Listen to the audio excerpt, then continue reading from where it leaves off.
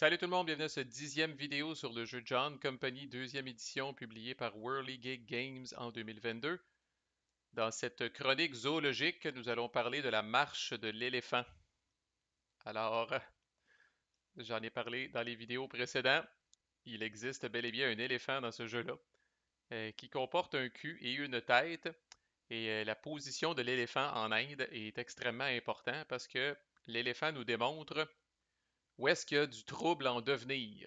Où est-ce qu'il y a, il appelle ça un looming crisis, je pense en anglais, là, où y a-t-il une crise imminente? Ça ne veut pas dire que ça va péter là où se trouve l'éléphant, mais il y a des bonnes chances que si ça pète à quelque part, ça pète à l'endroit où se trouve l'éléphant.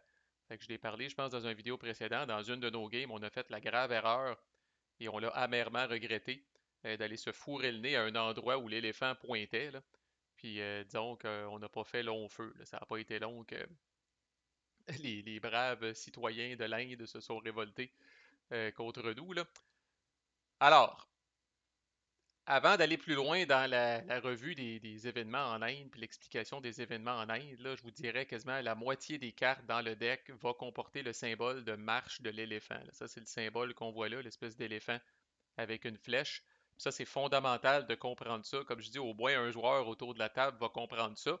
Puis, les instructions dans les règles sont claires, tu sais, on peut les suivre, mais on dirait que souvent les gens disent ah non, c'est pas encore la marche de l'éléphant, ça c'est compliqué, on comprend jamais rien. Fait que je vais essayer de vous l'expliquer, mais de manière euh, que vous compreniez. Parce qu'une fois qu'on comprend la logique, je trouve que c'est beaucoup plus simple. Et maintenant, là, sans dire que je pense que oui, j'ai mon diplôme officiel de marcheur de l'éléphant, là, mais je veux dire, moi, je comprends tous les cas possibles, puis j'ai réussi à les comprendre juste thématiquement, là, en réalisant qu'est-ce que l'éléphant signifie, puis quels sont les différents états des régions dans le jeu. Alors, la majorité du temps, puis on va voir la petite exception à la fin complètement, là, puis là, je vais tasser ça 2 secondes, là. La majorité du temps, quand l'éléphant va marcher, il va marcher où? Dans la pure tradition de ce jeu-là, il va marcher vers la région, il va s'en aller dans la région qui se trouve sur le dessus du deck. Dans ce cas-là, le Bengale. Et comment on va placer l'éléphant dépend du statut de cette région-là. C'est ça qui est important de comprendre. Fait que dans l'ordre et la discipline, l'éléphant s'en va au Bengale. Fine.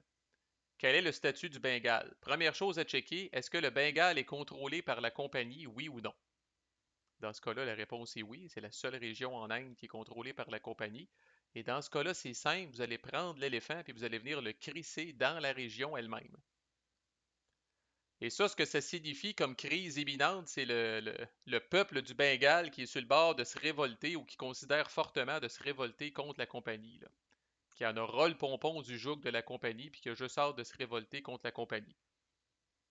Alors là, c'est comme je disais, il y a des avantages, des inconvénients à l'éléphant. Oui, ça complexifie le jeu, mais en même temps, comme compagnie, ça vous aide un peu à voir ce trouble-là s'en venir. Puis peut-être que vous allez réagir en conséquence avec vos régiments, puis avec vos officiers.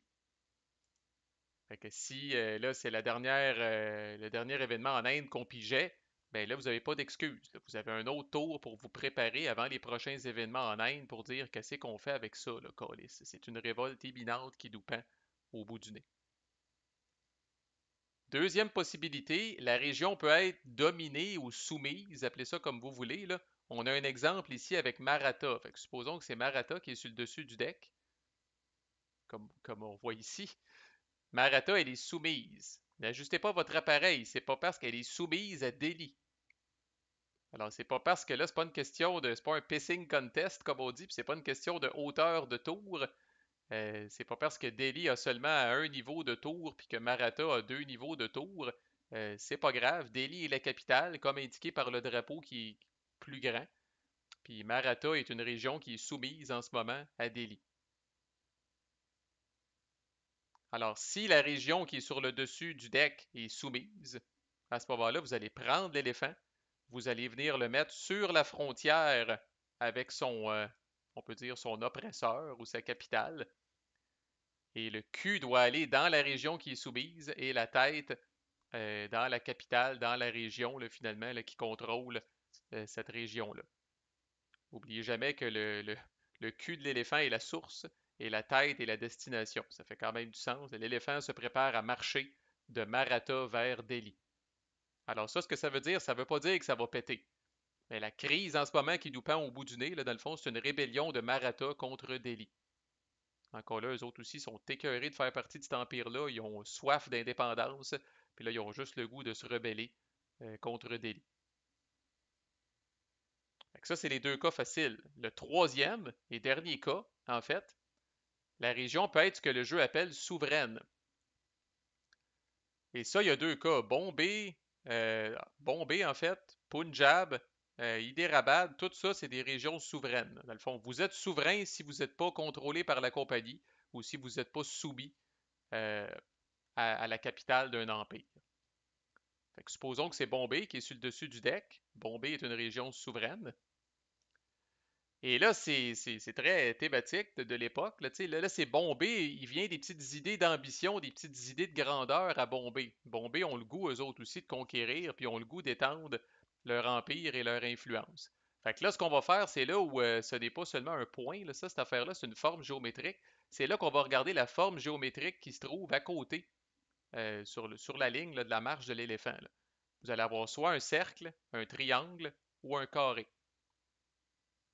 Et là, ça prend quasiment la loupe. Là, on pensait au début que c'était une décoration, mais non. Là. Sur certaines frontières des régions se trouvent justement ces formes géométriques-là. Le cercle, le carré et le triangle. Alors, Bombay est une région souveraine. Où est-ce qu'on va bien crisser l'éléphant? On va crisser l'éléphant sur la frontière de Bombay qui comporte un cercle. Et encore là, je répète, c'est Bombay qui a des idées de grandeur. Alors, le cul de l'éléphant est à Bombay et sa tête pointe, dans ce cas-là, vers Maratha.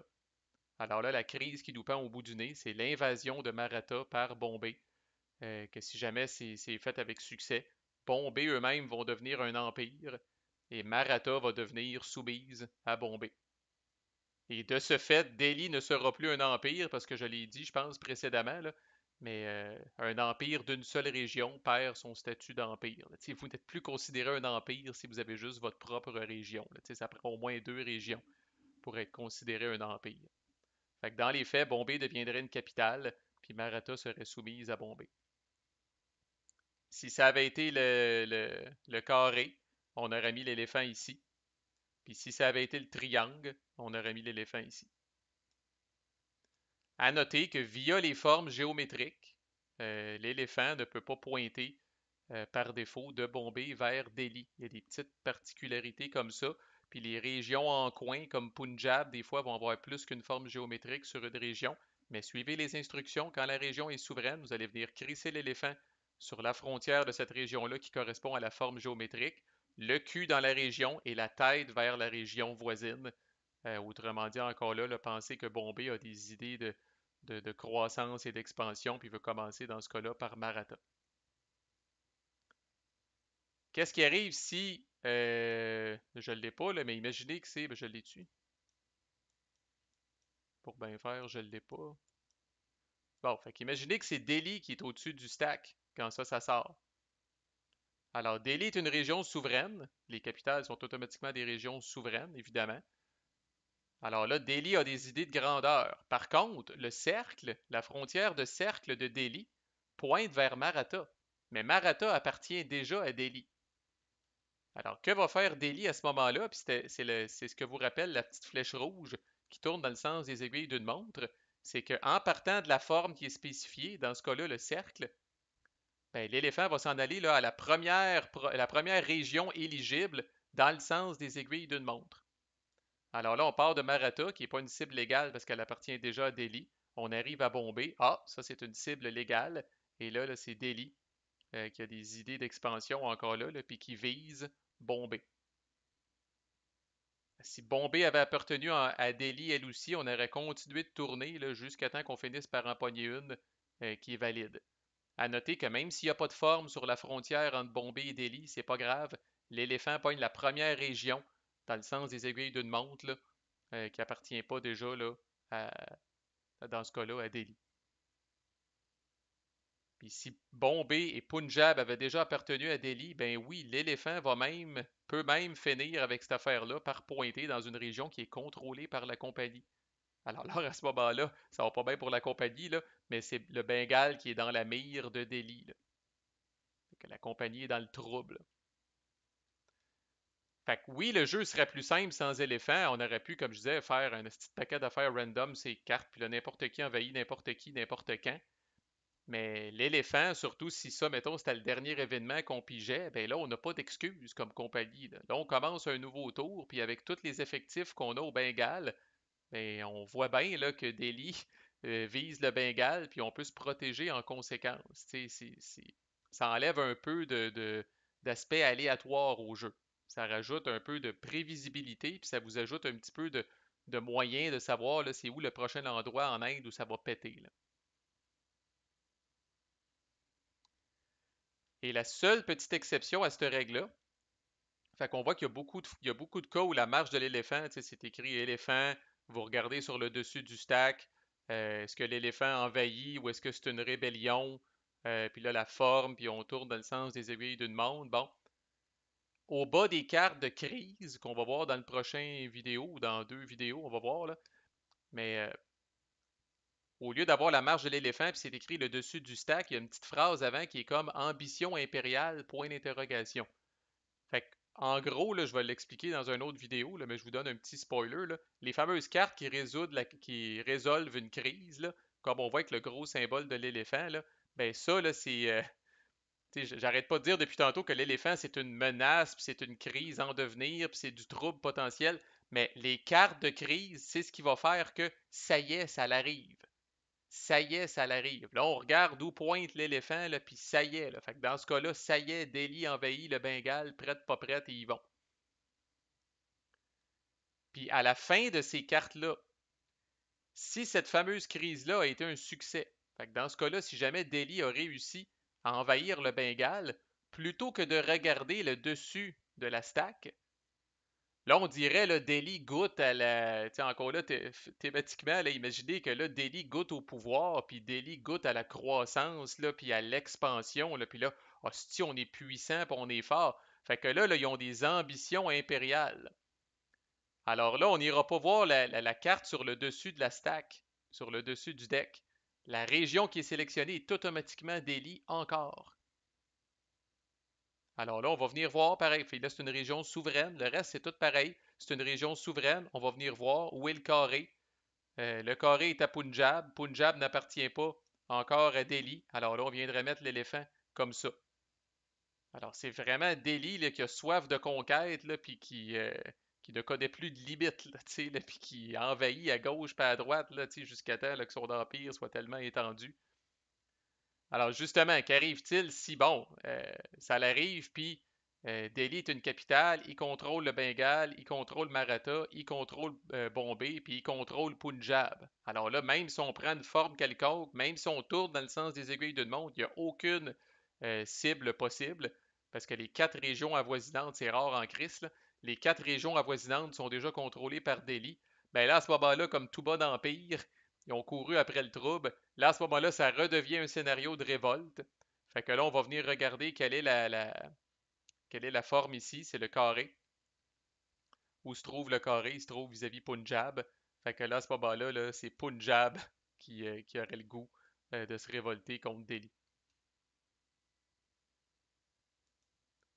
Mais comme je dis, c'est rare. À la limite, les empires en coin, ça peut arriver plus rapidement. Tu sais, Punjab a juste deux régions adjacentes, le Bengale a juste deux régions adjacentes, mais tu sais, les régions comme Delhi qui touchent à quatre régions, ben, avant que Delhi ait réussi à conquérir les quatre régions autour, calvaire. En tout cas, moi, j'ai jamais vu ça, là. Mais c'est possible. Mais si ça arrive, le jeu va s'occuper de vous.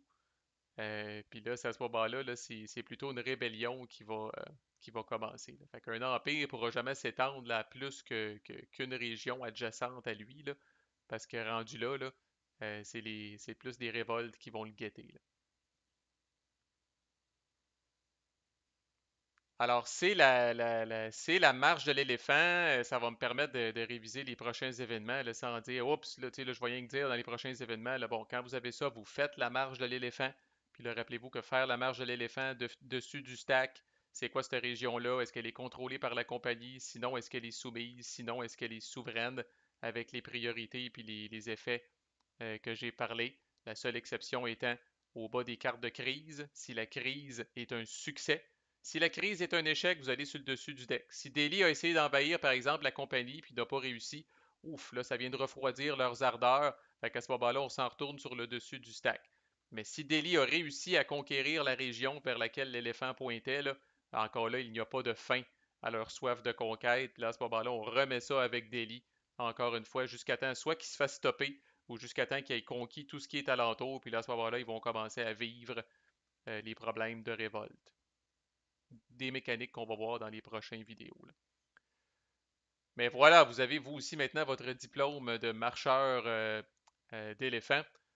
Prochaine vidéo, on va continuer là, on va continuer dans les événements en Inde. Là, je verrai qu'est-ce que je vous partage. Mais il reste maximum un ou deux vidéos là, pour les événements en Inde. Lâchez pas, à plus.